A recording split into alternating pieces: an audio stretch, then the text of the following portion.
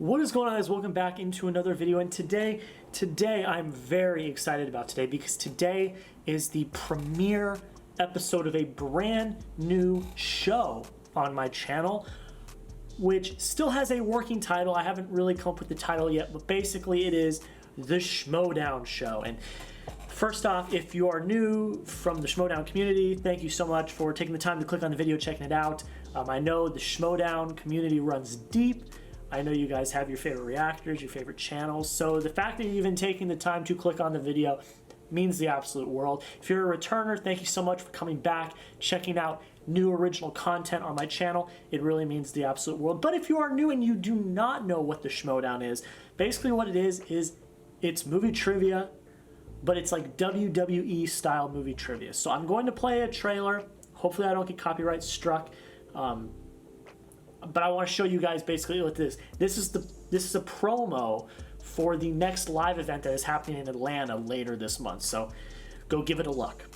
And your winner, Dangerous Dan Murrow! Congratulations to Dan Murrow. You deserve that title.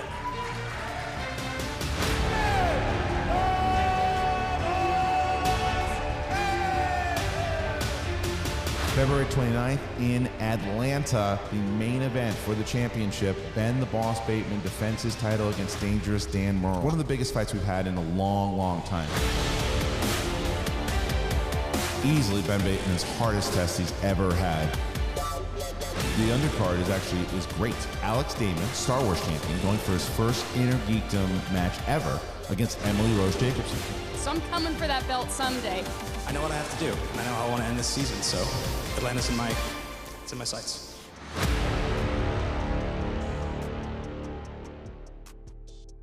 And now that you've seen it, you kind of have an idea of what the Schmoedown is. I love the Schmoedown. I got into it last year. I've binged all seasons. They're in season 7 now. I've binged seasons 1 through 6. One time, I'm currently in the process of binging it a second time. Love SEN, love SEN Live. I love everyone involved with the Schmoedown, and I've wanted to talk about the Schmoedown for a long time. I've been a little skittish about talking about it on social media, but I'm going to start to get more into it now.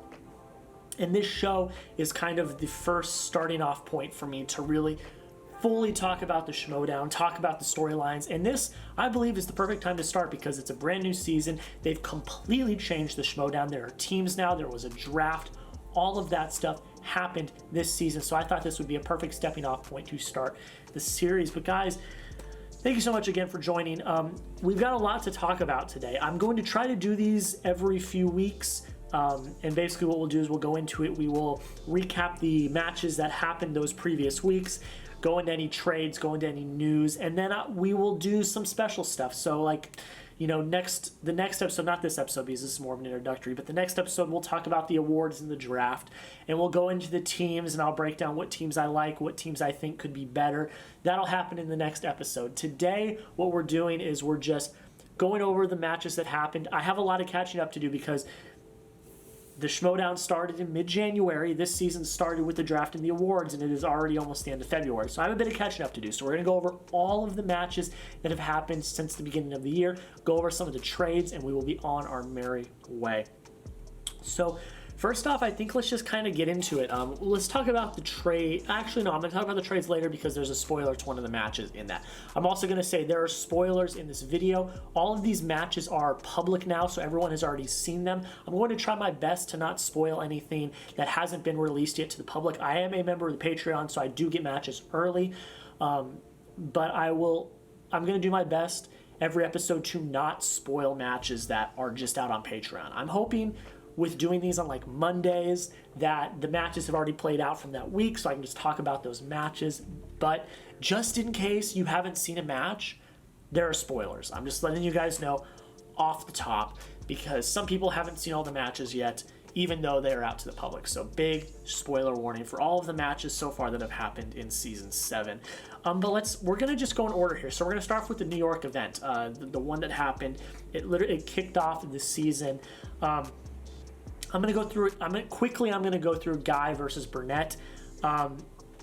I thought it was a really good match. Here's the thing is I really did think that Guy was going to wash the floor with Robert Meyer Burnett. And the fact that Burnett held his own and took him into the third round was very surprising, but it was great because it added to the drama.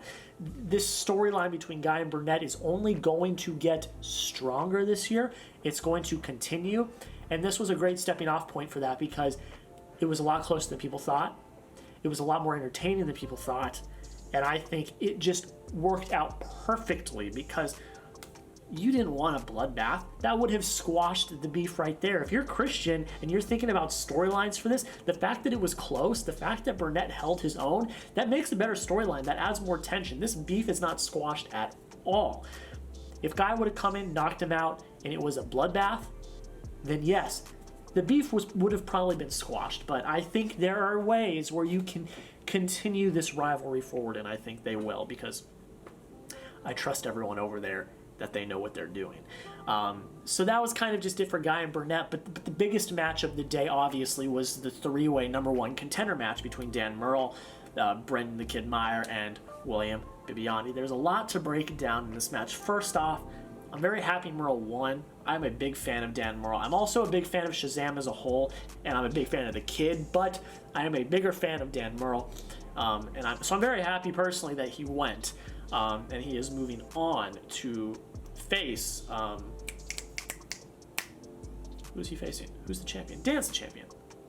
Wait, what is this? Who's the current champion? Oh, it's Bateman. I'm stupid. I'm sorry, guys. Bateman is the current champion. Murrell is going on to face Bateman in Atlanta.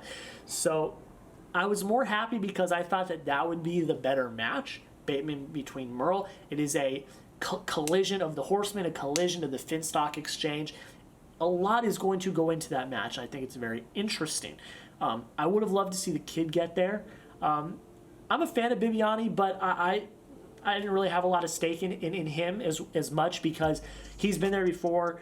There were just other storylines that I would have liked to see. I think it would have been a good match, but I think Dan and Ben was obviously the best choice. It's going to be the best match. And just for the sake of liking the Kid, I would have liked to see the Kid play in a championship match. But that's just me. The fact that it was so close in the end between the Kid and Dan says volumes because the Kid, his first match he came in and lost to Oyama, and then he started to gain his way back. He is really now, with his tenure on Shazam and keeping Dan so close, only losing by a point to Dan in the number one contender match, he is really starting to solidify himself as one of those top tier, I wouldn't say elite yet, but I would say top tier opponents. He obviously knows what he's talking about. He obviously has the knowledge, and I'm thinking he is starting to really know how to play the game.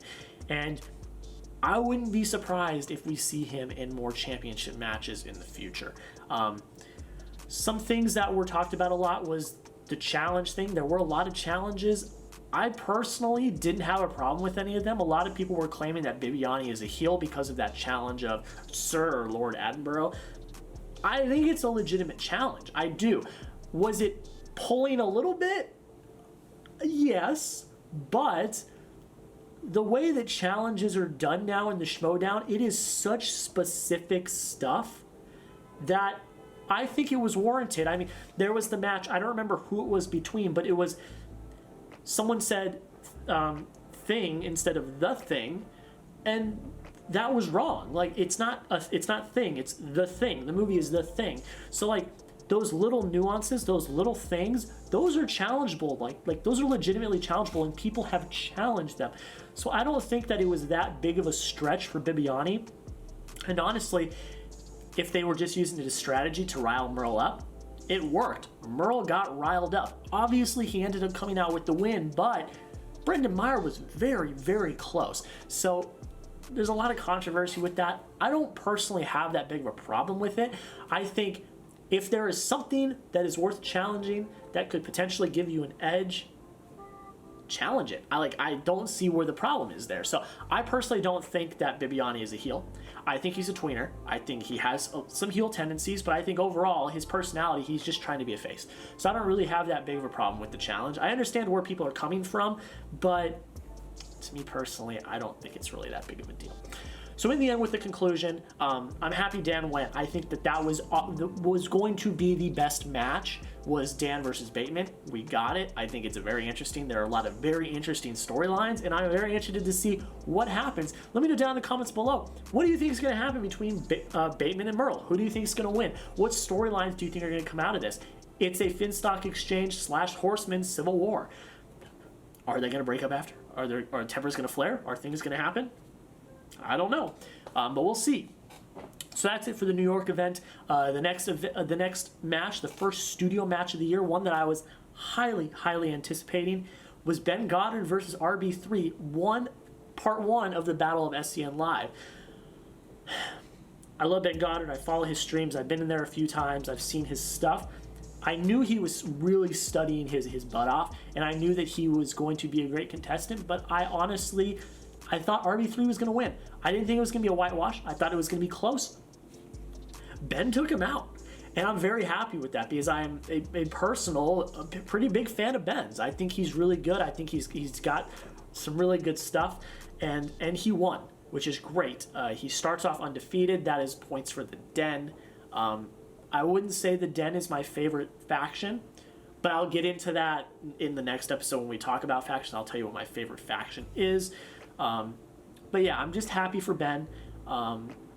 It was close, which was great, and that's something I like, is close matches. If it's a knockout, yes, it's cool if it's a knockout, but it doesn't have as much drama, and we love drama.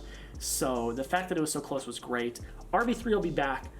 He's got the knowledge. He's got an 0-3 record in singles now. I believe he was 0-2 coming in, so he's 0-3 now. But they've all been very close losses, and just in general, I think that they're all it's close. So RB3 will be back.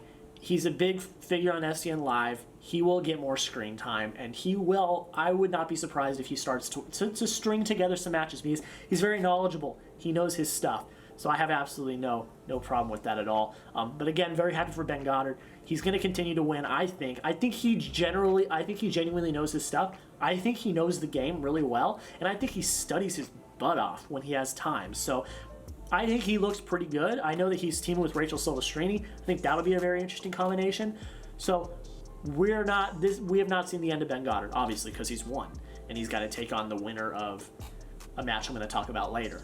But the next match that happened was Tom and Paul versus Deep 13. This was the most surprising match of all of them. And a lot of it has to do with one decision that was made that completely turned the tide. I was very heavy on Tom and Paul. I respect Whitney Seibel and Alonzo Duralde. I think they're fantastic at the game. I think they know their stuff very well. Knowledge-wise, I think they are solid. But Tom and Paul are just juggernauts in the league. Before this match, I still don't believe that Tom had missed a regulation first round question. I think he had missed an extra point in one of the matches, but an actual first round question he had not missed, and this was the first match where he did. So he's a juggernaut. Paul Preston has proven that he can hang with it and be his own, and I was heavily favoring, as most people were, I was heavily favoring this team. And Deep 13 came in and just wiped the board. A lot of that has to do with the very questionable call by Kate Mulligan and the team to give Deep 13 Festival Darlings, because it was opponent's choice, and they decided to give them Festival Darlings, and Alonzo Duralde is just, that is his ballpark. He knows that. That is his thing. He absolutely wiped the board. That completely changed the tide, and they weren't able to come back. Look, it's the first loss. This team has some great characters on it. I'm talking about Tom and Paul. They will be back. There's no reason to panic. I don't think there should be any reason to panic. Deep 13 is a very deep team. They've got some great guys that know their stuff. So I would not panic if you're a Tom and Paul fan.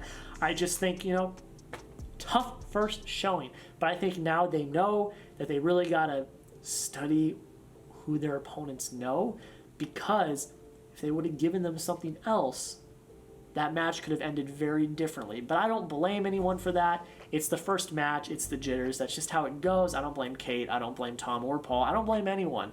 I just think they thought they didn't want to land on Festival Darlings, which is what Kate said in the post-game interview, and I completely understand. They didn't want to land on it, but by giving it to Alonso Duralde, that's just as bad, if not worse. So that's it for that one. That was the most surprising match that's happened thus far because I heavily had Tom and Paul. But let's talk about another surprising match. SEN Live Showdown Round 2 just premiered this past Friday. Bonnie Somerville versus Brett Sheridan. This one was also very surprising because Bonnie took Janine the Machine to sudden death in Janine's debut match. So I was pretty confident that Bonnie was going to kind of wipe the floor on Brett, and my God, Brett Sheridan won. What? Like,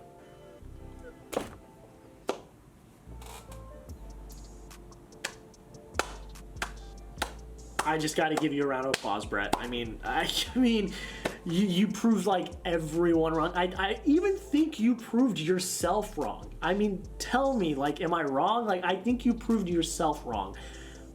This was one of the most enjoyable matches, one of the funniest matches that I've seen, and it came down to the wire, and it was, oh my gosh, I'm shook. I'm very shook because this match, I'm shook.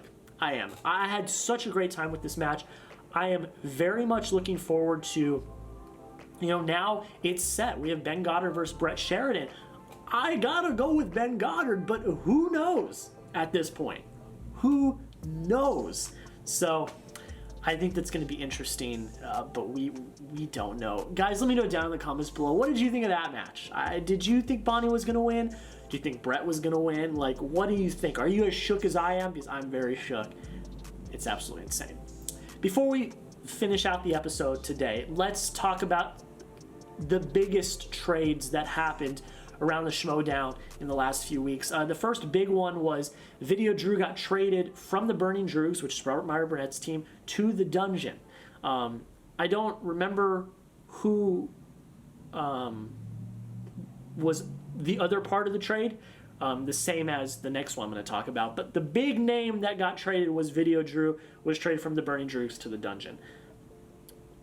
Robert Meyer Burnett, and I'll talk about this in the next trade because he's involved in this one, I don't think he really knows what he's doing. He's got like 4 good players, but besides that, he's kind of just throwing people around. Because if I were Robert Meyer Burnett, I would have asked for at least 2 people because Video Drew is still an up-and-comer, but she knows her stuff, and if you put her in the right pairing of a team, you're going to be pretty good. And the fact that he just traded her for a rookie that I don't remember, I'm sorry, but I don't remember who the rookie was. I think her name was Claudia Dolph, because I know that she's involved in the next trade. I think it was Claudia Dolph. We haven't seen anything of hers, so like we don't know. I would have asked for at least one more rookie or something else for Video Drew, but Robert Meyer Burnett's going to do his own thing, and by the end of the year, maybe he's manager of the year and they're standing on the top. I don't know. But then the next trade, and shockingly the next trade, literally a day after their match aired, Bonnie was traded from Corruption to the Burning Droogs.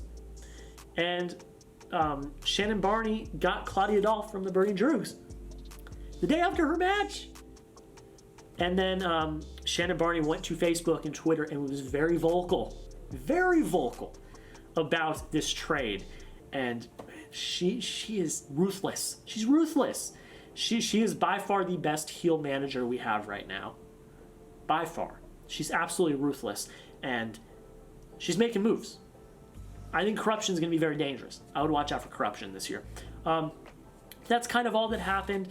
I think Robert Meyer Burnett, again, you're bringing in Bonnie, who lost and who probably will not play a match or probably until the second half of the season because she's lost now. So she's not going to get as much screen time, and we already know that she is so busy. She's not going to have time to invest to go to the Schmoedown. So Robert Burnett, I don't know what you're doing. I don't. As a manager, I don't know what you're doing.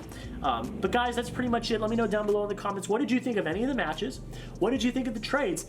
Who's your favorite team? Like, what do you think about this? And let me know down below what you would like me to cover on this show. I'm going to try to do this show weekly to bi-weekly. I don't really know. It depends.